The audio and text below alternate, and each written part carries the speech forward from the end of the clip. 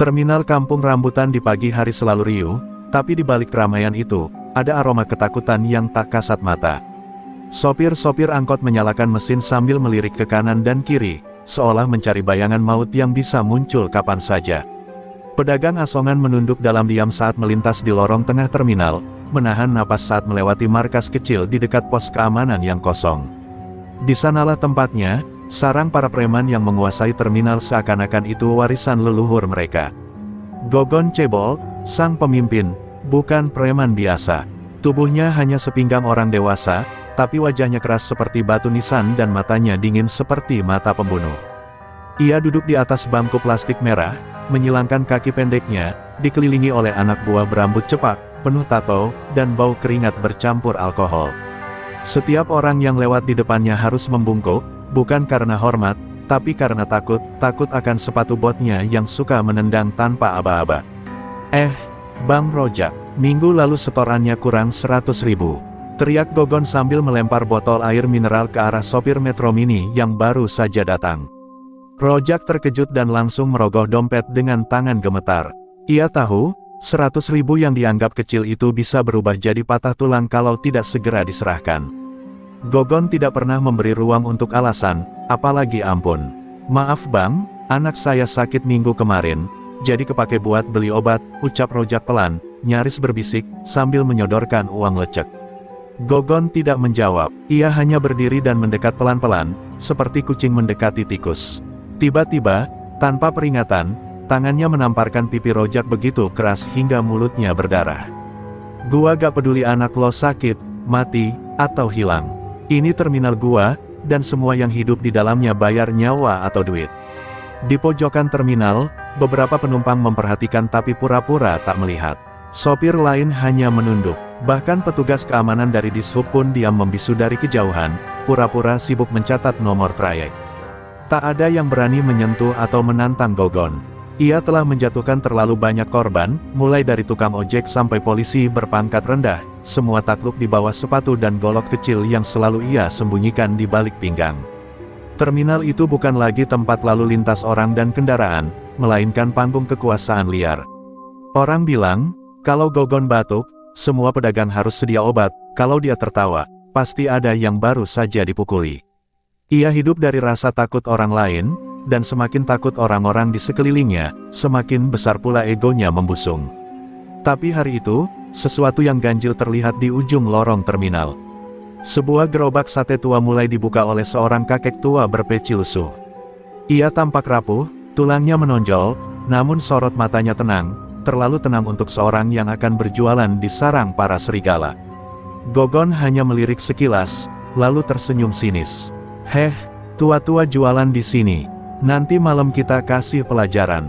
Sate dia bisa-bisa buat makan terakhir, gumamnya sambil tertawa kecil. Tak ada yang tahu, bahwa hari itu adalah awal dari pergeseran kuasa. Sebuah tangan tua yang terlihat lemah itu menyimpan sesuatu yang bahkan Gogon tak akan pernah pahami, ilmu kuno yang tidur panjang, menunggu untuk dibangkitkan kembali oleh darah dan kezaliman. Asap dari arang yang menyala perlahan membubung ke langit pagi, membawa aroma daging yang sedang dibakar. Kakek tua itu, yang ternyata bernama Mbah Karso, duduk tenang di belakang gerobaknya. Gerobak itu sederhana, terbuat dari kayu yang sudah pudar warnanya, dengan tulisan tangan, sate kambing asli, Karso. Tidak ada lampu neon mencolok, tidak ada teriakan menjajakan dagangan. Hanya suara tusukan sate yang beradu. Dengan panggangan, dan satu senyuman pelan dari wajah keriput yang tampak sudah kenyang hidup. Beberapa sopir mulai berdatangan. Mereka awalnya ragu, tapi aroma sate itu begitu menggoda. Salah satu sopir, Bang Oji, memberanikan diri duduk dan memesan. "Berapa, kek?" tanyanya pelan. Mbah Karso hanya tersenyum. "Coba dulu, bayar belakangan. Kalau gak enak, gak usah bayar." Kalimat itu sederhana, tapi menohok. Bukan karena percaya diri, tapi karena keikhlasan yang sudah jarang dijumpai di terminal yang keras ini. Sate pertama masuk mulut Bang Oji.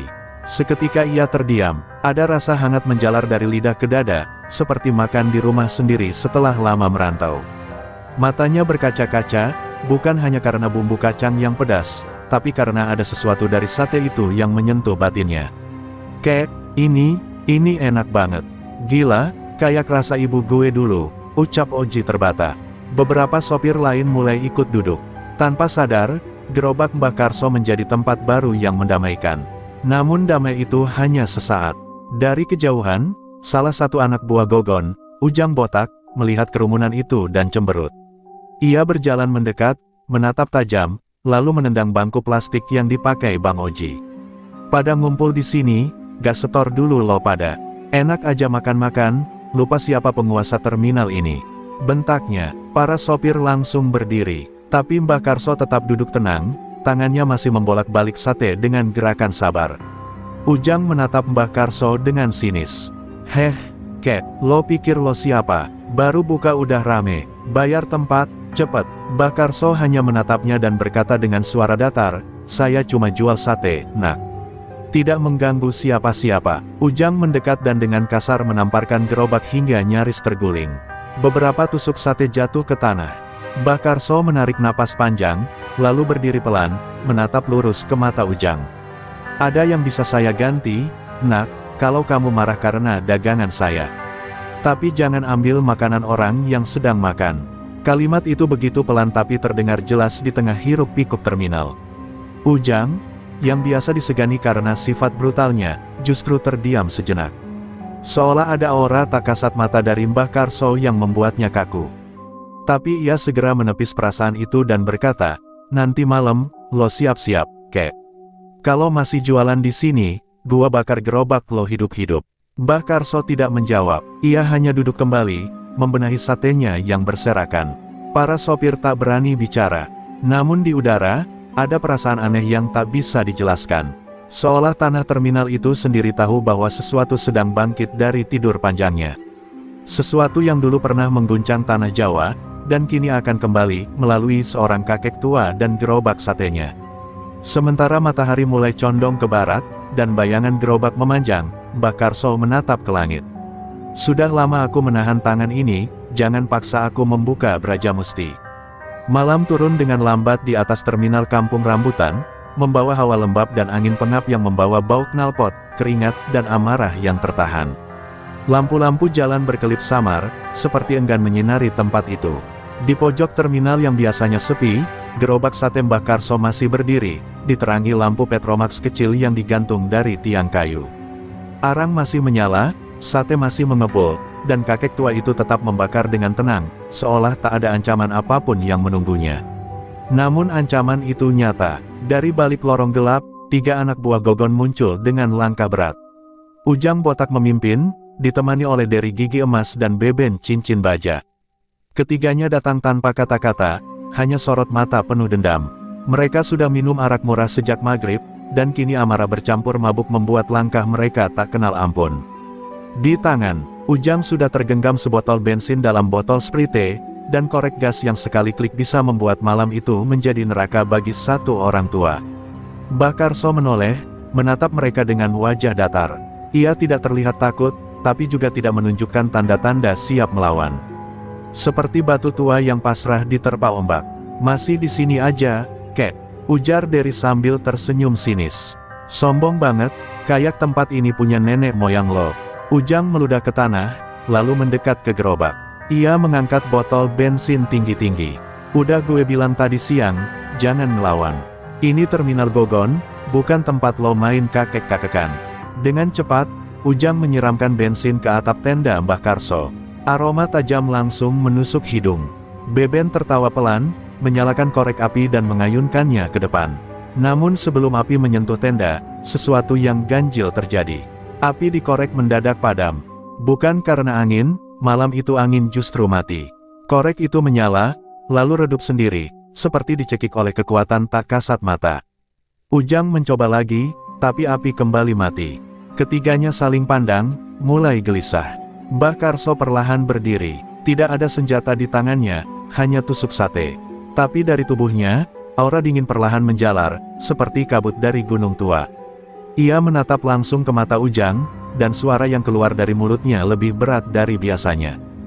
Jangan paksa saya untuk membuka yang telah saya segel puluhan tahun, kalian belum tahu apa yang kalian ganggu. Ujang, yang tadinya penuh percaya diri, justru merasa tubuhnya kaku. Tiba-tiba telapak tangannya panas seperti terbakar meski api belum menyentuhnya. Derry mulai mundur, Beben menelan ludah. Mereka bukan orang yang percaya klinik, tapi malam itu, mereka tahu mereka sedang berdiri di hadapan sesuatu yang lebih besar dari sekadar kakek tua.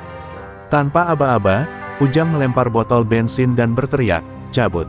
Ketiganya lari terbirit-birit, meninggalkan gerobak yang kini berdiri angkuh di tengah terminal. Mbah Karso menatap langit malam yang gelap. Tangan kirinya bergetar sedikit, bukan karena takut, tapi karena sesuatu di dalam dirinya mulai bangkit. Ilmu Brajamusti, yang dulu pernah membuat namanya ditakuti di seluruh tanah Jawa, kini berdenyut pelan di dalam nadi yang tua. Mereka belum kapok, dan sepertinya aku memang tidak bisa damai selamanya, gumamnya lirih, sebelum duduk kembali dan melanjutkan membakar sate yang sempat tertunda. Dari kejauhan, beberapa sopir yang menyaksikan kejadian itu hanya bisa tertegun. Mereka tak tahu apa yang sebenarnya terjadi. Tapi satu hal pasti, untuk pertama kalinya, preman-preman terminal lari dari seorang kakek yang bahkan tak mengangkat tangan. Pukul 2 dini hari, terminal Kampung Rambutan sepi seperti kuburan. Lampu-lampu jalan tinggal beberapa yang menyala redup, dan suara kendaraan telah lama menghilang. Namun di dalam sebuah warung kopi remang-remang dekat garasi Metro Mini, suara teriakan terdengar memecah malam. Gogon Cebol berdiri di atas meja kayu, matanya merah karena amarah, urat di lehernya tegang seperti tali tambang. "Apa, lo bertiga balik cuma karena kakek penjual sate?" bentaknya kepada Ujang, Derry, dan Beben yang berdiri dengan kepala menunduk, penuh luka mental meski tanpa luka fisik. "Lo malu-maluin gua, jangan jadi anak buah gua kalau takutan sama lansia." Gogon melempar gelas kopi ke dinding, isinya pecah berhamburan, mengejutkan semua orang di warung itu. Ujang mencoba bicara, tapi suaranya gemetar. "Bang, bukan kakek biasa. Waktu gua mau bakar gerobaknya, korek gua mati sendiri. 2 kali, tanganku panas, bang. Kayak kebakar dari dalam. Gua gak ngerti, tapi ada yang aneh." Gogon menyipitkan mata. Ia memang tidak percaya pada mistik, tapi ia tahu insting anak buahnya. Ujang bukan pengecut. Kalau ia lari, berarti ada sesuatu yang benar-benar mengancam. Dia bilang, dia punya sesuatu yang disegel. Ilmu apa gitu, gua lupa. Tapi auranya, bang, gua ngerasa kayak lagi berdiri di hadapan makam keramat. Dingin, berat, timpal Beben. Derry hanya mengangguk pelan, wajahnya pucat. Suasana menjadi sunyi sejenak, bahkan suara jangkrik pun seperti menahan diri di malam itu. Gogon mengepalkan tangan, ia duduk, lalu menyalakan rokoknya perlahan, mencoba menenangkan pikirannya. "Brajamusti," gumam Gogon lirih. Anak buahnya terkejut. "Lo pernah dengar, bang?" tanya Ujang. Gogon tidak menjawab langsung. Ia menghembuskan asap ke atas, lalu berkata, "Waktu gua kecil, gua pernah dengar nama itu. Ilmu tua, ilmu pamungkas para petapa. Katanya, cuma bisa diwarisi oleh orang yang bertapa sampai darahnya berhenti mengalir, jiwanya mati dulu sebelum hidup kembali." Kata-kata itu membuat bulu kuduk mereka berdiri. "Gak mungkin, masa kakek tukang sate punya ilmu begituan?" bisik Derry. Tapi Gogon kini tidak tertawa. Ia menatap kosong ke arah jendela, seolah menembus malam. "Kalau itu benar Brajamusti, kita gak bisa anggap remeh. Tapi gua juga gak bakal biarin terminal gua direbut sama dukun bau tanah. Besok pagi, kita cari tahu siapa sebenarnya dia. Dari mana asalnya, siapa namanya, dan siapa musuh terakhir yang pernah dia kalahkan." Gogon berdiri dan menatap anak buahnya. "Kalau perlu, kita datengin orang pintar. Dukun atau apapun.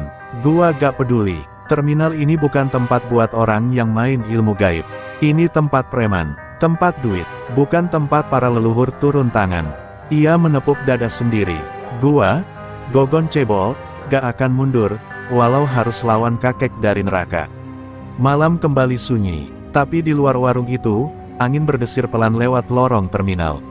Seolah menyampaikan pesan, bahwa perang lama yang pernah dilupakan, kini akan dimulai kembali, antara kekuatan hitam yang dibungkus kekuasaan, dan satu cahaya kuno yang bangkit lewat seorang penjajah sate. Fajar belum sepenuhnya mereka ketika Mbah Karso membuka matanya. Matanya yang keriput menatap langit yang masih gelap, hanya dihiasi semburat oranye di ujung timur. Embun menempel di sisi-sisi gerobak satenya, dan udara dingin menyelimuti terminal yang masih tertidur. Namun batinnya tidak tenang. Malam tadi, dia nyaris membuka segel ilmu yang telah dia kunci puluhan tahun. Getaran itu masih terasa di tubuhnya, tanda bahwa dunia lama sedang merayap masuk ke kehidupan barunya yang tenang. Sambil merebus air untuk teh, Mbah Karso duduk di kursi reyot dan menatap jauh ke aspal terminal. Ingatannya perlahan terbuka, seperti pintu tua yang berderit pelan. Ia kembali melihat dirinya muda, gagah, bertelanjang dada, berdiri di tengah lingkaran api saat malam Gunung Merapi bergejolak. Kala itu ia dikenal sebagai Karso Derajat, pewaris tunggal ajian Brajamusti, ilmu pamungkas dari padepokan Gunung Sepikul yang ditakuti para jawara dan dukun hitam di tanah Jawa. Dulu, Karso bukan siapa-siapa. Anak yatim piatu yang ditemukan di pinggir sungai, dibesarkan oleh seorang pertapa bisu. Tapi dalam dirinya, mengalir darah leluhur yang penuh rahasia. Setelah belasan tahun bertapa di gua, meminum air bunga dan makan akar pohon, Karso mencapai titik puncak, bersatu dengan energi alam, menyatu dengan unsur api, tanah, dan angin. Ia tidak hanya menjadi kuat, tapi menjadi satu dengan getaran semesta. Brajamusti bukan sekadar ilmu pukulan, tapi kekuatan jiwa yang bisa menghancurkan ego dan membungkam niat jahat. Namun kekuatan sebesar itu membawa kutukan. Setiap kali digunakan untuk membunuh, ada bagian dari jiwanya yang mati. Dan Karso telah membunuh terlalu banyak. Para preman sakti, dukun yang menyelewengkan ilmu, bahkan para penguasa pasar yang zalim, semuanya ia hancurkan demi membela kaum lemah. Tapi di ujung semua itu, ia kehilangan dirinya sendiri. Jiwa Karso dipenuhi bayangan korban-korbannya, berteriak di dalam mimpi-mimpinya. Karso muda akhirnya menghilang dari dunia persilatan. Ia mengasingkan diri, berpindah-pindah desa, hingga akhirnya menetap di Jakarta sebagai penjual sate. Sebuah kehidupan yang ia pilih bukan karena lemah, tapi karena lelah. Ia tidak ingin lagi menjadi alat kehancuran. Tapi kini, kedamaian yang ia jaga mulai retak. Dan ia tahu, jika Gogon cebol dan antek-anteknya terus memaksanya, maka segel itu tidak akan bertahan lama. Suara langkah kaki membuyarkan lamunannya. Seorang sopir tua bernama Bang Kirman menghampiri. "Kek, semalam gua dengar lo lawan Ujang, beneran?" Mbah Karso tersenyum tipis. "Bukan lawan, Bang. Saya cuma ngasih pelajaran sebelum mereka kebablasan." Kirman duduk perlahan. "Tapi kalau Gogon sendiri turun tangan, gua dengar dia mulai curiga, dan mau bawa dukun dari Kalideres." Mbah Karso menatap matahari yang mulai terbit. "Kalau dia datang membawa kegelapan, maka aku akan membuka cahaya." Di tempat lain, Gogon sedang mempersiapkan langkah besar. Ia sudah menyuruh Dery menemui Mbah Siluman, seorang dukun nyentrik yang konon bisa melihat masa lalu seseorang hanya dari bekas tapak kakinya. Gogon tak main-main lagi. Jika kakek itu benar-benar Karso Derajat, maka harus ada rencana besar untuk menyingkirkannya. Sebab satu hal yang Gogon tahu, karena tidak ada racun yang bisa membunuh Brajamusti, kecuali dendam masa lalunya sendiri. Langit siang itu mendung kelabu, seolah tahu ada kejahatan yang hendak diturunkan ke bumi. Terminal Kampung Rambutan tampak biasa, tapi suasananya ganjil. Para sopir dan kenek bis berbisik pelan, mata mereka sering menoleh ke satu titik, sebuah mobil tua panter hitam yang terparkir tak jauh dari warung kopi tempat Gogon biasa duduk. Dari dalam mobil itu, seorang lelaki kurus tinggi dengan jubah abu-abu turun perlahan, langkahnya menyeret dan tatapannya kosong seperti tak mengenal dunia. Dia adalah Mbah Siluman, dukun dari Kalideres yang namanya dikenal dalam bisik-bisik dunia malam. Orang bilang, ia bisa berkomunikasi dengan arwah, membaca nama lengkap hanya dari bayangan, dan mengutuk orang tanpa menyentuh. Konon, dulu ia pernah mengunci nyawa seorang bandar togel hanya dengan menusuk boneka sabut kelapa. Kini, ia datang bukan untuk main-main. Ia dibayar mahal oleh Gogon untuk satu tugas, melenyapkan seorang penjual sate tua yang punya ilmu langka. Gogon menyambutnya dengan senyum sinis, tapi tetap menunduk hormat. "Saya butuh bantuan, Mbah. Di terminal ini, ada yang bikin geger. Namanya Karso, kakek tua, jualan sate. Tapi bukan orang biasa. Anak-anak saya bilang dia punya ilmu kuno, mungkin Brajamusti." Mbah Siluman duduk tanpa banyak bicara, lalu membuka tas lusuhnya. Di dalamnya ada cermin hitam, kendi tanah liat, dan segenggam abu dari kuburan tua. "Biar aku yang lihat, siapa sebenarnya kakekmu itu," katanya pelan, suara parau seperti bisikan dari liang lahat. Dengan mata yang separuh tertutup, Mbah Siluman menaburkan abu ke atas kendi dan mulai berkomat-kamit. Angin tiba-tiba berhenti. Daun-daun yang tadinya bergerak kini diam membeku. Di dalam kendi, air yang semula bening berubah merah kehitaman, seperti darah lama yang menggenang. Tak lama, wajah Karso muncul samar di permukaan air, tapi bukan sebagai kakek renta. Yang terlihat adalah Karso derajat muda, dengan sorot mata tajam, tubuh berapi, dan sepasang tangan yang mengeluarkan bara dari pori-porinya. Mbah Siluman terkejut dan mendengus. Ia menutup kendi cepat-cepat, perlu membasahi keningnya. Bukan orang sembarangan, itu bukan manusia biasa. Dia mantan penjaga batas. Ilmunya, pernah membakar 13 kuburan dukun hitam dalam semalam. Brajamustinya belum mati, hanya tertidur. Gogon menahan napas. Ia tak menyangka cerita anak buahnya ternyata bukan bualan. Tapi harga dirinya sebagai raja terminal mencegahnya untuk mundur. Bisa dibunuh?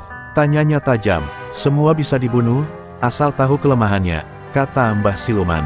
Tapi Karso bukan bisa diserang dengan golok atau senjata. Harus dengan bayangannya sendiri. Cari seseorang dari masa lalunya. Seseorang yang ia sayangi, atau yang ia hianati. Itu kunci untuk membangunkan luka di dalam jiwanya. Karena kalau luka itu terbuka, Brajamusti akan menjadi senjata yang memakan tuannya sendiri. Suasana jadi dingin. Gogon mengangguk perlahan, pikirannya mulai menyusun rencana gelap. Sore itu, Derry dan Beben ditugaskan untuk menyusuri jejak masa lalu Karso.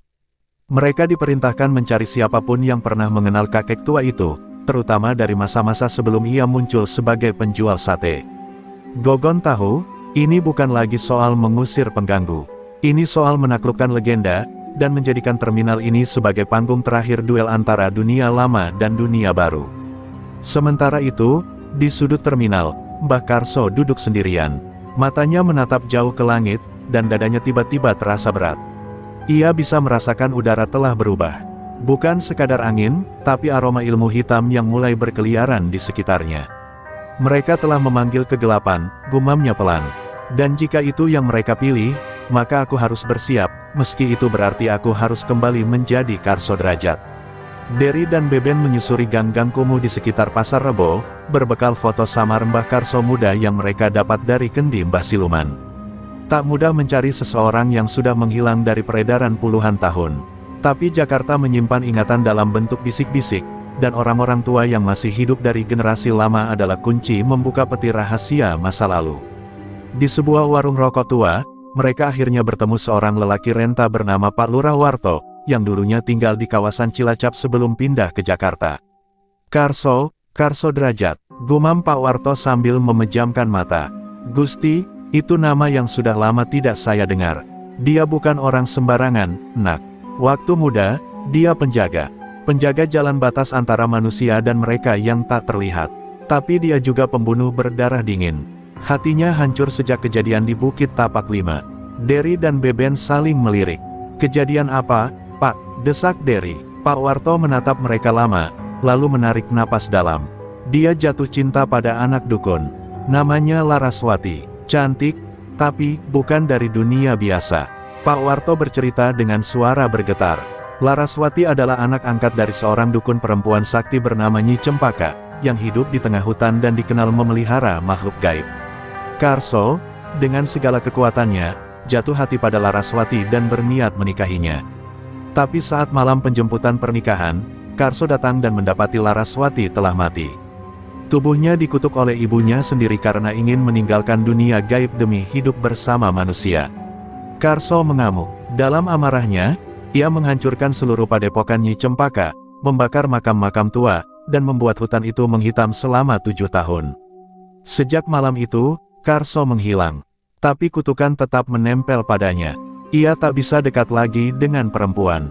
Ia tak bisa mencintai siapapun, karena setiap rasa cinta akan membangkitkan kembali jiwa Laraswati yang terkunci dalam amarah. Beben menelan ludah, tubuhnya bergidik. Jadi, dia masih dihantui? Tanya Derry. Pak Warto mengangguk pelan. Dan itulah titik lemahnya. Kalau kalian bisa bangkitkan bayangan Laraswati, Karso akan kehilangan kendali. Brajamusti bukan lagi kekuatan, tapi beban yang membakar dirinya dari dalam. Derry langsung mengirim pesan ke Gogon. Target ditemukan. Nama, Laraswati. Latar belakang, dukun. Emosi Karso melemah karena trauma lama. Rekomendasi, hadirkan wujud atau bayangan masa lalu. Tak lama, balasan masuk. Cari orang yang bisa menyerupai Laraswati. Atau panggil arwahnya. Mbah Siluman akan bantu ritual malam ini. Siapkan semua bahan. Terminal harus jadi panggungnya. Malamnya, langit tertutup awan hitam. Mbah Siluman memulai ritual di salah satu bekas garasi angkot kosong. Sebuah lingkaran garam digambar di tengah lantai, dan foto tua Laraswati dipasang di atas dupa yang mengepul. Gogon menyaksikan semua dengan mata tajam. Di tangannya, ia sudah memegang kalung milik Laraswati yang entah bagaimana berhasil ditemukan Beben di kios barang antik. Kalung ini pernah dipakai saat malam kematiannya, bisik Mbah Siluman. Jika kutukannya belum habis, maka malam ini kita bisa membangunkannya. Di sisi lain terminal, Mbah Karso tersentak dari duduknya. Matanya mendadak memerah, keringat dingin mengucur dari pelipis. Laraswati, bisiknya lirih. Ia bisa merasakan getaran lama, rasa yang selama ini ia pendam dalam luka batin. Tangannya gemetar, dan tubuhnya mulai panas. Ia tahu apa yang sedang mereka lakukan. Mereka mencoba membuka pintu yang selama ini ia kunci. Dan jika pintu itu terbuka, ia tak yakin bisa menahan api yang akan menyala dari dalam dirinya. Malam di terminal Kampung Rambutan terasa berbeda. Udara seolah berat, seperti ada sesuatu yang tak kasat mata menggantung di langit. Bau dupa dan darah bercampur dalam angin. Di dalam garasi angkot kosong, Mbah Siluman telah menyelesaikan lingkaran pemanggilan. Kalung Laraswati menggantung di tengah pusaran asap, dan mantra-mantra kuno dilantunkan dalam bahasa yang bahkan Gogon dan anak buahnya tak mengerti. Lampu-lampu sekitar meredup satu persatu, padahal listrik tidak padam. Tiba-tiba, api di tengah lingkaran menyala biru. Suara tangisan lirih terdengar samar, seperti bisikan dari dimensi lain. Dari kepulan asap, perlahan muncul sosok perempuan mengenakan kebaya putih, rambut terurai menutupi wajahnya. Tubuhnya melayang sedikit di atas tanah, dan seisi ruangan mendadak terasa beku. Laraswati, Mbah Siluman berbisik, napasnya tercekat. Roh itu tidak menjawab, hanya menoleh perlahan, dan ketika wajahnya terlihat, semua orang mundur dengan tubuh gemetar, karena matanya penuh luka, dan mulutnya menjahit sendiri dengan benang hitam. Di tempat lain, Mbah Karso tersungkur di samping gerobak satenya. Tubuhnya terbakar dari dalam, tapi tak ada luka di luar. Ia menggigit bibir, menahan jeritan yang hendak meledak. Mereka membuka pintu itu, katanya dengan suara patah-patah. Dalam pikirannya, ia kembali ke malam kutukan. Malam di mana ia memangku tubuh Laraswati yang sudah dingin, berteriak memanggil nama Tuhan sementara api menyala di seluruh penjuru padepokan. Kini, rasa bersalah dan cinta yang tak tersampaikan itu ditarik paksa ke permukaan. Gogon menyeringai melihat roh Laraswati sepenuhnya muncul. Panggil dia, bisiknya pada Mbah Siluman. Dukun tua itu membuka botol kecil berisi darah hitam, lalu mengguyurkannya ke dalam lingkaran. Karso Derajat, datanglah, temui penyesalanmu, jeritnya keras. Tiba-tiba, angin bertiup kencang, dan seluruh kaca di sekitar pecah bersamaan. Sosok Laraswati menoleh ke arah Gogon, lalu berteriak melengking, suara yang tak manusiawi, memecah malam dan membuat semua orang menutup telinga. Suara itu sampai ke telinga Karso, dan saat itu juga, kekuatan Brajamusti yang selama ini ia segel, bangkit. Dadanya menyala merah, dan tangannya mulai mengeluarkan percikan bara. Ia bangkit perlahan, tubuhnya berguncang. Laraswati, kau tak pantas dibangunkan oleh tangan kotor mereka, katanya. Dengan satu gerakan cepat, ia melepas sabuk dari pinggang, sabuk warisan gurunya yang selama ini menjadi segel ilmu dalam dirinya. Tanah di bawah gerobak satenya bergetar, asap tipis muncul dari jejak kakinya saat ia melangkah. Langkah demi langkah, Karso berjalan menuju sumber ritual. Para pedagang malam yang melihat hanya bisa tertegun melihat tubuh renta itu kini memancarkan cahaya oranye dari balik kulitnya. Anak-anak kecil menangis, dan burung-burung malam terbang menjauh. Karso tak lagi bisa menyembunyikan siapa dirinya. Brajamusti telah bangkit, dan darah lamanya mendidih oleh amarah dan cinta yang belum selesai. Di dalam garasi, api ritual mulai tak terkendali. Laraswati melayang di atas lingkaran, menatap Mbah Siluman dengan mata kosong penuh kebencian. Kalian bukan yang berhak memanggilku, bisiknya lirih, tapi bergema ke seluruh terminal. Mbah Siluman mulai panik. Ia mencoba menutup ritual, tapi asap hitam membelit tubuhnya. Roh Laraswati menatapnya tajam, lalu menunjuk ke arah Gogon. Dia, penyebab bangkitnya api lama. Dan api, akan menelan segalanya. Karso tiba di depan garasi dengan langkah berat, tubuhnya membakar pelan seperti bara hidup. Ia menatap sosok Laraswati yang melayang di udara, lalu menunduk dengan mata basah. "Maafkan aku yang gagal menyelamatkanmu," katanya lirih. Tapi roh Laraswati hanya menangis, dan dari tangisannya muncullah api putih, api cinta yang tak pernah padam. Karso tahu, saat ini bukan hanya tentang dendam, tapi tentang menebus luka lama, dan memastikan Laraswati benar-benar tenang. Namun untuk itu, seluruh kegelapan di terminal ini harus dihancurkan. Api putih dari tubuh Laraswati melesat ke langit, membentuk pusaran cahaya yang menyilaukan, menembus awan dan memecah keheningan malam. Orang-orang di sekitar terminal berhamburan keluar dari rumah dan warung, menyaksikan fenomena aneh yang belum pernah mereka lihat. Beberapa berteriak, "Kiamat!" Sementara yang lain berlari menjauh sambil memeluk anak-anak mereka. Tapi di pusat kekacauan itu, Karso berdiri tenang, meski tubuhnya perlahan dilahap cahaya Brajamusti yang mulai bangkit sepenuhnya dari dalam dirinya. Mbah Siluman berusaha lari dari lingkaran ritual, tapi telapak kakinya seperti tertancap ke tanah. Darah dari botol kutukannya mendidih, dan asap hitam mulai membungkus tubuhnya sendiri. "Ini bukan roh biasa," ia berteriak panik. Ini bukan hanya Laraswati, ini juga penyesalan Karso yang berubah menjadi kekuatan tak terkendali. Tapi semua sudah terlambat. Laraswati, dengan mata basah namun penuh dendam, menoleh ke arah Gogon dan mengulurkan tangannya. Tiba-tiba, tubuh Gogon terhempas ke dinding seperti ditarik oleh tali gaib. Gogon mengerang kesakitan, darah mengalir dari mulutnya. Matanya melebar ketika ia melihat Karso melangkah masuk ke dalam lingkaran. Sosoknya tidak lagi seperti kakek penjual sate. Ia kini tampak seperti dewa api yang turun dari legenda. Kulitnya bercahaya merah, rambutnya mengembang oleh energi panas, dan di tangannya menyala cahaya putih kekuningan seperti petir yang dibentuk dari bara. "Kau bermain dengan roh yang tak bisa kau kendalikan, Gogon," suaranya bergema seperti petir. "Dan kini, kau harus menanggung akibatnya." Para anak buah Gogon mencoba menyerang dari luar garasi, tapi begitu satu langkah melewati ambang lingkaran, tubuh mereka langsung terbakar sebagian seperti tersambar kilat. Teriakan mereka menjadi paduan musik horor malam itu. Beben dan Derry hanya bisa bersembunyi di balik mobil, menyaksikan dengan gemetar. Mereka sadar, ini bukan lagi urusan preman atau wilayah. Ini adalah medan perang antara kekuatan spiritual yang tak bisa dijinakkan. Terminal kini menjadi altar untuk penyelesaian luka lama. Larutan cahaya mulai membentuk sosok bayangan besar di atas Karso dan Laraswati. Itu adalah simbol api pengampun dalam ajaran kuno Brajamusti, hanya muncul ketika pengorbanan dan cinta bertemu dalam keikhlasan. Karso menatap Laraswati, lalu berkata, "Jika jiwamu masih terikat oleh kutukan ibumu, maka biarkan aku jadi pengganti tumbal itu." Laraswati terdiam, matanya berkaca. "Kau rela membakar dirimu sendiri?"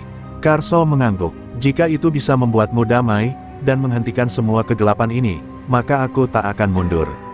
Laraswati menangis, dan dari air matanya, muncul api putih yang menyelimuti Karso. Namun, api itu bukan membakar, melainkan memurnikan. Karso berteriak, bukan karena sakit, tapi karena kenangan. Ia melihat Laraswati di masa muda, senyumnya, tawanya, hari-hari di pinggir hutan sebelum segalanya runtuh. Teriakan itu menembus dimensi, dan di luar garasi, orang-orang yang mendengar tiba-tiba terdiam, seolah menyadari ada sesuatu yang suci sedang terjadi. Dan ketika cahaya itu mencapai puncaknya, tiba-tiba, semua menjadi sunyi. Api padam, asap menghilang, Laraswati lenyap bersama angin, meninggalkan hanya kalungnya yang jatuh pelan ke lantai. Karso berdiri sendiri di tengah lingkaran, tubuhnya hangus, tapi wajahnya tenang. Ia tahu Laraswati telah pergi dengan damai. Tapi ia juga tahu, bahwa dirinya telah membuka kembali kekuatan lama yang tak mungkin ia sembunyikan lagi. Hening yang turun setelah hilangnya Laraswati tak berlangsung lama. Di sudut gelap terminal, Gogon masih tergeletak dengan luka parah, namun matanya menyala penuh dendam. "Ini belum selesai," bisiknya dengan napas tersengal. Anak buahnya membawanya ke sebuah bangunan tua di pinggir terminal, tempat yang dikenal sebagai sarang ilmu hitam. Di sana, seorang dukun misterius menunggu dengan senyum penuh tipu daya. "Kau ingin kekuatan, Gogon? Aku punya jawaban yang kau cari, tapi dengan harga yang tak murah," kata dukun itu sambil menyalakan lilin hitam. Gogon menggenggam tangan dukun itu erat-erat, merasa hawa dingin menjalar ke seluruh tubuhnya. Apapun akan kulakukan untuk membalas Karso dan menghancurkan terminal ini, tegasnya. Dukun itu mengeluarkan sebuah kotak kayu berukir simbol kuno, dan membuka isinya. Di dalamnya terdapat sebuah belati berlumuran darah kering. Ini adalah belati bayangan. Dengan ini, kau bisa membangkitkan kegelapan lama, lebih kuat dari Brajamusti. Tapi ingat, kekuatan ini juga bisa menguasai pemiliknya. Gogon tersenyum licik, menerima tantangan itu. Di sisi lain terminal, berita tentang kebangkitan Karso dan roh Laraswati tersebar cepat. Warga mulai menghindar dari terminal, dan para preman mulai bertarung satu sama lain, memperebutkan kekuasaan yang mulai kosong. Beben dan Derry berusaha menghubungi Mbah Siluman, namun sang dukun telah menghilang tanpa jejak, meninggalkan mereka dalam kebingungan dan ketakutan. Terminal yang dulu ramai kini berubah menjadi arena perang gelap antara ilmu sakti dan ambisi jahat. Karso, meski terluka dan kelelahan, tidak mundur. Ia berdiri di tengah terminal, berusaha mengatur sisa-sisa kekuatannya dan menenangkan jiwa Laraswati yang kini benar-benar pergi. Namun, ia sadar bahwa Gogon kini membawa ancaman baru yang lebih berbahaya. Kalau aku harus bertarung untuk menjaga ketenangan ini, aku siap, katanya lirih pada diri sendiri. Di dalam hatinya, ia berjanji tidak akan membiarkan terminal ini jatuh ke tangan kegelapan lagi. Malammu yang sunyi pecah ketika cahaya merah dari belati bayangan menyala di tangan Gogon. Ia muncul di tengah terminal dengan aura mengerikan, diiringi bayangan-bayangan hitam yang melayang di sekitarnya. Karso, aku datang untuk menuntaskan apa yang kau mulai. Teriak Gogon, suaranya bergema menakutkan. Para preman yang melihatnya terdiam, tahu bahwa pertarungan ini akan menentukan nasib terminal mereka. Pertarungan epik pun dimulai. Karso dengan Brajamusti melawan Gogon yang menguasai belati bayangan. Setiap benturan menggetarkan bumi, membuat lampu terminal berkelap-kelip, dan suara gaduh menggema ke seluruh penjuru kota. Kedua lawan saling serang dengan kekuatan yang membuat para penonton terpana sekaligus ketakutan. Ini bukan lagi soal preman atau dagangan di terminal, tapi peperangan antar kekuatan mistis yang telah lama terkubur. Di tengah pertarungan, Karso teringat kata-kata Mbah Siluman, hanya dengan cinta dan pengorbanan, kegelapan bisa dikalahkan. Ia menatap langit, mengumpulkan sisa-sisa kekuatannya, lalu menyerang dengan satu jurus terakhir, bara penebus, yang berasal dari pengorbanannya sendiri untuk Laraswati. Serangan itu menyapu seluruh terminal, membakar semua bayangan gelap dan memutus ikatan belati dengan Gogon. Gogon terjerembab, kekuatannya terkuras habis. Ketika debu mengendap, Karso berdiri lemah tapi tegar. Gogon telah kalah, dan terminal kembali sunyi, seperti sebelum segalanya bermula. Warga mulai keluar dari persembunyian, melihat pahlawan lama mereka yang tetap berdiri menjaga kedamaian. Namun, Karso tahu, perjuangan ini belum berakhir. Ilmu Brajamusti telah bangkit kembali, dan dia adalah satu-satunya yang bisa menjaga keseimbangan di terminal Kampung Rambutan. Raja terminal terakhir telah muncul. Malam selepas pertarungan hebat di terminal, suasana terasa sunyi dan berat. Karso duduk di bangku tua dekat gerobak satenya, tubuhnya masih terasa sakit akibat energi luar biasa yang baru saja dikeluarkan. Namun yang paling menghantui adalah bayangan masa lalu yang terus datang tanpa henti. Wajah Laraswati, kenangan lama yang selama ini terkubur, muncul kembali dalam pikirannya seperti luka yang tak pernah sembuh.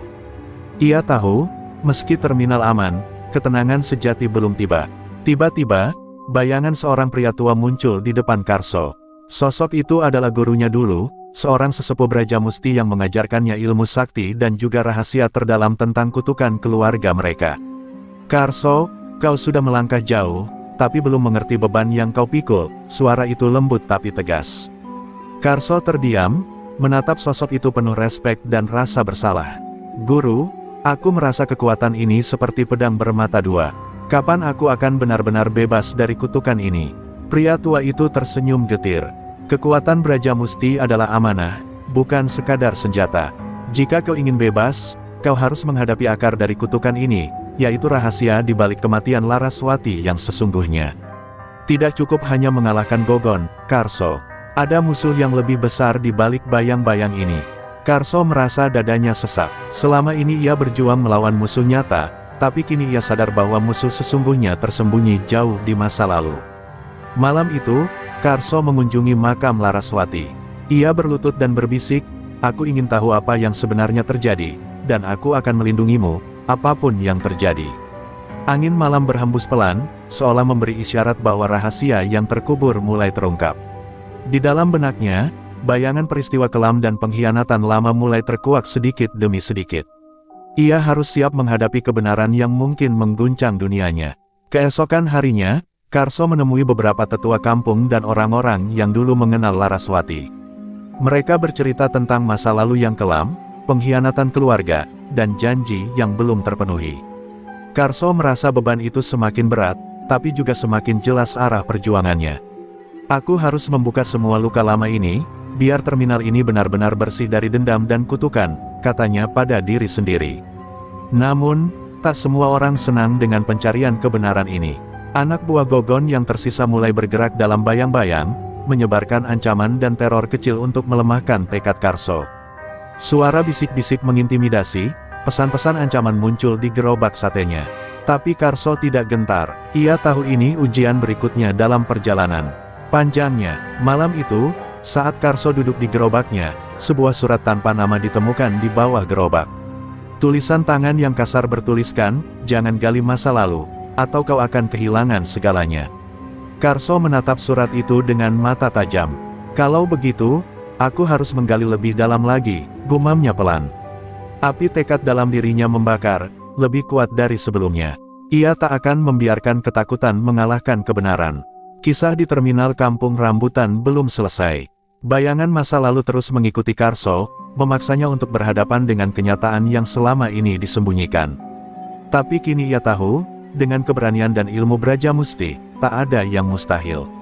Terminal yang dulu sarang kegelapan bisa menjadi tempat lahirnya harapan baru. Kabut pagi menyelimuti terminal Kampung Rambutan seperti tirai misteri yang belum terbuka. Karso berjalan perlahan menyusuri gang-gang sempit, membawa surat ancaman di tangan. Ia tahu, pesan itu bukan sekadar gertak sambal, tapi peringatan nyata agar ia berhenti menggali masa lalu Laraswati. Namun, rasa penasaran dan tanggung jawabnya lebih kuat daripada rasa takut. Ia mendengar bisikan tentang sebuah tempat rahasia di balik terminal, yang diyakini menyimpan jawaban dari segala penderitaan mereka. Di sudut terminal, sebuah gudang tua terbengkalai menjadi saksi bisu zaman lama. Karso melangkah masuk, merasakan hawa dingin yang menusuk tulang. Di dalam sana, tersembunyi buku-buku kuno dan gulungan kertas tua berisi catatan-catatan aneh tentang Braja Musti dan sejarah terminal. Dengan tangan gemetar, ia membuka salah satu gulungan dan membaca tulisan yang sulit dimengerti. Namun satu kalimat membuat darahnya berdesir, kunci kekuatan sejati terletak pada pengorbanan darah yang tidak terduga. Tiba-tiba, suara langkah kaki berat terdengar dari belakang. Karso berbalik cepat, dan di sana berdiri Beben dan Derry, anak buah Gogon yang dulu sempat lari saat pertarungan. Wajah mereka dipenuhi kebingungan dan ketakutan. Kami ingin bicara, Karso," ujar Beben pelan. "Kami tak tahan melihat apa yang terjadi. Gogon bukan siapa-siapa tanpa belatinya, dan kami tak ingin terminal ini hancur." Karso menatap mereka tajam, tapi hatinya merasakan keikhlasan. Ini mungkin kesempatan untuk menemukan sekutu baru.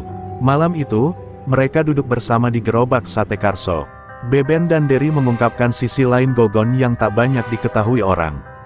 Ternyata, Gogon dulu adalah anak yang baik, tapi terlilit utang dan dipaksa oleh dukun hitam untuk menggunakan ilmu terlarang demi bertahan hidup. "Jika kau benar-benar ingin mengalahkan kegelapan, kau harus hancurkan akar yang memenjarakan Gogon, bukan hanya dia," kata Derry sambil menatap Karso dengan penuh harap. Karso termenung. Semua yang ia perjuangkan selama ini terasa berat dan rumit. Namun ia tahu, inilah ujian sebenarnya dari Braja Musti, bukan hanya kekuatan fisik, tapi juga kekuatan hati dan kebijaksanaan. Ia memutuskan untuk melakukan ritual kuno yang pernah diajarkan gurunya, ritual yang bisa mengungkap kebenaran dari kutukan dan membawa kedamaian abadi ke terminal. Ketika malam semakin larut, Karso, Beben, dan Derry memasuki ruang khusus di bawah terminal yang selama ini tersembunyi. Ruangan itu dipenuhi simbol-simbol kuno dan dupa yang masih membara. Karso mulai melantunkan mantra Braja Musti, mengundang roh Laraswati dan leluhur terminal untuk turun memberi petunjuk. Udara berubah berat dan penuh energi magis. Kabut di luar terminal seolah ikut menari mengikuti ritus suci itu. Namun, di balik kabut, ada sosok yang mengintai. Mbah Siluman, sang dukun hitam yang dulu membantu Gogon, diam-diam mengawasi dari kejauhan dengan wajah penuh dendam. Kau pikir dengan ritual kuno itu, kau bisa menghapus semua kekuatanku? Gumamnya, aku akan pastikan terminal ini tetap menjadi sarang kegelapan, bahkan jika itu harus kuasai sendiri. Bayangan hitamnya menyatu dengan kabut malam, merencanakan langkah berikutnya yang lebih gelap dan berbahaya. Ritual mencapai puncak saat Karso merasakan energi yang luar biasa mengalir ke seluruh tubuhnya. Dalam cahaya merah keemasan, terbuka sebuah pintu kecil ke masa lalu, memperlihatkan potongan-potongan rahasia yang selama ini tersembunyi. Kebenaran mulai terkuak, dan Karso tahu, perjalanannya baru saja memasuki babak paling berbahaya. Tapi ia tak gentar, karena di dalam hatinya, ada nyala api yang tak akan pernah padam, tekad untuk membebaskan terminal Kampung Rambutan dari belenggu kegelapan selamanya.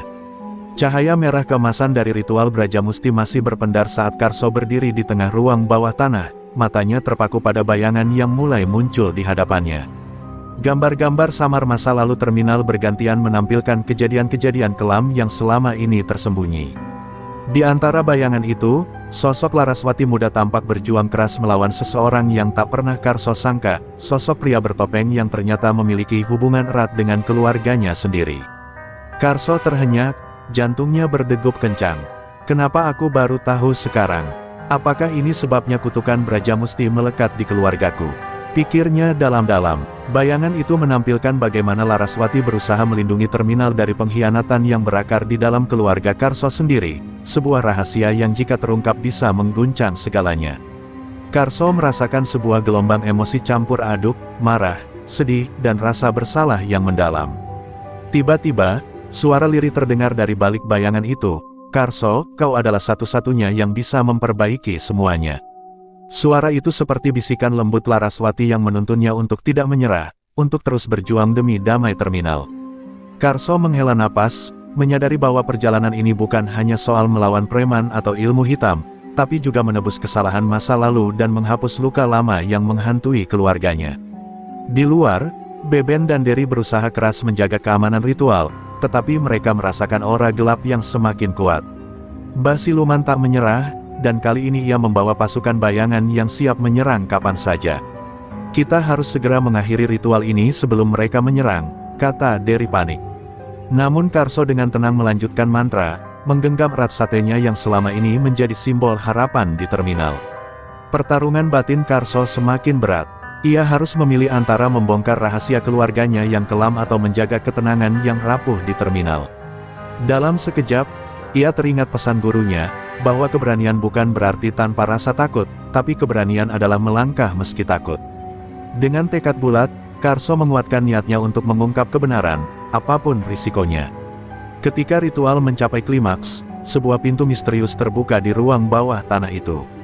Pintu itu memancarkan cahaya keperakan, seperti jalan menuju dunia lain. Karso tahu, di balik pintu itu ada jawaban atas semua penderitaan dan pertanyaan yang selama ini menghantuinya. "Ini saatnya aku menghadapi masa lalu," ujar Karso dalam hati, melangkah perlahan melewati pintu tersebut. Sementara itu, di balik kabut malam, Mbah Siluman menggeram penuh kemarahan. "Jika Karso berhasil, maka semua rencanaku hancur. Aku harus hentikan dia, sebelum terlambat." Ia mengeluarkan mantra hitam kuat dan bersiap melancarkan serangan terakhir ke terminal. Kegelapan semakin pekat, menandakan bahwa peperangan sesungguhnya baru saja dimulai.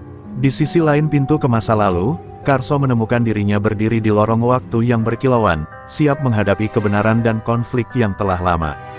Terkubur, terminal Kampung Rambutan bukan lagi sekadar tempat, tapi medan pertarungan antara harapan dan kegelapan, masa lalu dan masa depan. Dengan napas panjang, Karso melangkah ke dalam bayang-bayang takdirnya. Karso melangkah hati-hati melewati lorong waktu yang berkilauan, di sekelilingnya terpampang potongan-potongan masa lalu yang bergerak seperti film hidup. Setiap langkah membawanya lebih dalam ke dalam misteri yang selama ini tersembunyi, menguak fakta bahwa keluarganya bukan hanya terlibat dalam kutukan, tapi juga pernah berperan dalam peristiwa kelam yang melukai Laraswati. Haturnya berdesir saat ia melihat bayangan ayahnya berdiri di samping Mbah Siluman, melakukan perjanjian gelap demi kekuasaan dan uang. Perasaan benci dan pengkhianatan membakar dada Karso, tapi ia tahu kemarahan takkan menyelesaikan masalah. Ia harus menemukan cara untuk memperbaiki kesalahan lama dan membebaskan terminal dari kutukan yang diwariskan keluarganya. Di lorong waktu itu, sosok Laraswati muda muncul lagi, kali ini menatap Karso dengan tatapan penuh harap dan amarah. "Jangan biarkan masa lalu menghancurkan masa depan, Karso. Kau harus melawan, bukan hanya untukku, tapi untuk semua yang masih percaya pada harapan." Di saat yang sama, di dunia nyata, Mbah Siluman dan pasukannya mulai merangsek masuk ke terminal. Suara langkah kaki dan bisikan mantra hitam memenuhi udara, mengancam akan menghancurkan segalanya. Beben dan Derry berjuang mati-matian menahan gelombang serangan, tetapi mereka mulai kewalahan. "Karso, kita butuh bantuanmu sekarang," teriak Beben lewat suara radio sederhana mereka. Karso tahu waktunya hampir habis. Dengan tekad yang semakin kuat, Karso menelusuri lorong waktu dan menemukan sebuah altar kuno yang bersinar terang. Di altar itu tergeletak sebuah pusaka keluarga, pedang berhiaskan ukiran Brajamusti yang selama ini hilang dari sejarah keluarganya. "Ini senjata yang bisa memutus rantai kutukan," bisiknya penuh harap. Namun, pusaka itu dijaga oleh bayangan gelap yang menantangnya dalam pertarungan batin yang penuh ketegangan. Pertarungan itu bukan hanya soal kekuatan fisik, tapi juga keberanian menerima kebenaran dan pengorbanan diri. Karso menghadapi bayangan hitam tersebut dengan sepenuh hati, mengingat semua pelajaran gurunya dan janji pada Laraswati. Dengan satu gerakan terakhir, ia berhasil menundukkan bayangan itu, dan pedang pusaka jatuh ke tangannya. Cahaya terang memancar dari pedang, menerangi lorong waktu dan membawa kedamaian yang mulai menyelimuti. Ketika Karso membuka matanya, ia kembali ke terminal yang kini mulai tenang. Beben dan Derry tersenyum lega, karena pasukan Mbah Siluman mundur setelah merasakan kekuatan pusaka itu. Namun, Karso tahu ini belum akhir. Ia kini memegang kunci untuk mengubah masa depan, tapi harus siap menghadapi konsekuensi berat dari kebenaran yang ia temukan. Dengan pedang pusaka di tangan dan semangat baru, Karso bersiap menghadapi pertarungan terakhir. Terminal Kampung Rambutan bukan hanya menjadi medan perang, tapi juga simbol harapan dan penebusan. Ia berjanji akan melindungi semua yang ia cintai dan memastikan kegelapan tidak pernah lagi menutupi terminal ini. Malam itu, bintang-bintang bersinar lebih terang, menandai babak baru dalam hidup Karso dan terminal tercinta. Malam terminal Kampung Rambutan sunyi namun penuh ketegangan. Karso berdiri gagah, pedang pusaka Brajamusti di tangan, menatap bayangan gelap Mbah Siluman yang muncul dari balik kabut tebal. "Ini akhir dari segalanya, Mbah Siluman," suara Karso tegas, penuh keberanian. Mbah Siluman tertawa sinis, membalas, "Kau pikir pedang itu cukup untuk mengalahkanku? Aku telah lama menunggu saat ini, Karso. Kali ini, aku akan pastikan kegelapan menang." Pertarungan pun dimulai dengan gemuruh kekuatan magis yang menggetarkan udara. Pedang Karso menyambar ke segala arah, memotong bayangan gelap yang berusaha merasuki terminal. Sementara itu, Beben dan Derry memimpin warga terminal, menjaga agar para anak buah Mbah Siluman tidak mengganggu ritual sakral yang akan mengakhiri kutukan. Setiap ayunan pedang Karso membawa harapan baru, namun kegelapan Mbah Siluman seakan tak pernah habis. Karso mengingat ajaran gurunya tentang keseimbangan antara ilmu dan hati. Dengan tenaga penuh, ia mengalirkan energi Brajamusti dari pedangnya ke dalam tanah terminal. Tanah itu bergetar, memancarkan cahaya keemasan yang menembus kabut dan mengusir kegelapan perlahan-lahan. Mbah Siluman yang terkejut mulai kehilangan kekuatannya, namun sebelum benar-benar kalah, ia melepaskan mantra kegelapan terakhir yang hampir menjebak Karso dalam pusaran hitam. Dalam sekejap, Karso merasakan dirinya terhisap ke dalam ruang kosong yang penuh bayangan kelam masa lalu. Namun dengan kekuatan jiwa dan pusaka Brajamusti, ia mampu memusatkan energi, menembus kegelapan itu, dan membebaskan dirinya. Dengan teriakan penuh semangat, ia kembali ke medan pertarungan, membawa cahaya yang lebih terang dari sebelumnya. Warga terminal bersorak, semangat mereka kembali membara. Mbah Siluman, yang kini tersudut, mencoba mengerahkan sisa kekuatan terakhir. Namun Karso dengan tenang mengayunkan pedangnya sekali lagi, menusuk ke inti kegelapan. Sebuah ledakan cahaya menyilaukan memenuhi terminal, dan ketika debu mereda, Mbah Siluman telah lenyap, terkalahkan oleh cahaya harapan dan keberanian Karso. Terminal Kampung Rambutan kembali damai, bebas dari bayang-bayang gelap yang selama ini menjerat. Setelah pertarungan, Karso berdiri di tengah terminal, melihat wajah-wajah yang dulu dipenuhi ketakutan kini bersinar penuh harapan. Ia sadar, perjuangan ini bukan hanya miliknya, tapi milik semua yang percaya pada kebaikan. Dengan lembut, ia menaruh pedang pusaka di altar kecil di gerobak satenya, sebagai simbol janji dan pengorbanan yang telah dibuat. Terminal ini kini menjadi tempat lahirnya kisah baru. Malam itu, bintang-bintang bersinar lebih terang dari sebelumnya. Angin sepoi-sepoi membawa harumnya sate dan semangat baru. Karso duduk bersama Beben dan Derry, tertawa kecil dan berbagi cerita tentang masa depan yang penuh harapan. Meski perjalanan mereka belum selesai sepenuhnya, mereka yakin dengan kekuatan persatuan dan ilmu Brajamusti, terminal ini akan tetap aman dan damai. Kisah terminal Kampung Rambutan berakhir dengan sebuah pesan kuat, bahwa kekuatan sejati bukan hanya berasal dari ilmu sakti atau kekuasaan, tapi dari keberanian untuk menghadapi masa lalu, memperbaiki kesalahan, dan menjaga harapan tetap hidup. Karso, kakek penjual sate dengan ilmu Brajamusti, telah menjadi simbol cahaya di tengah kegelapan, pelindung sejati bagi tempat yang ia cintai.